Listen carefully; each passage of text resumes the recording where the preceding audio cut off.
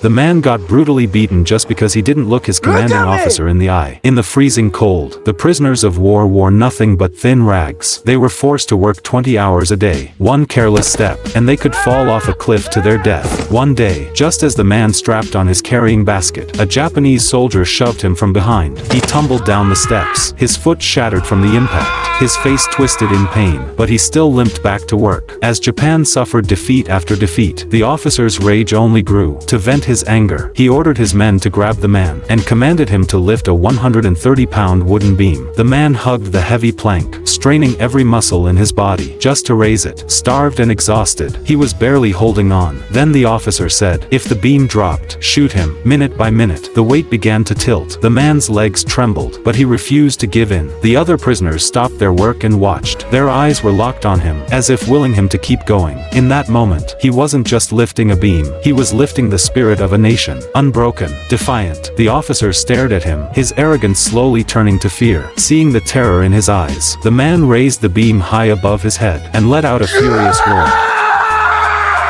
The officer completely lost it. Don't look at me.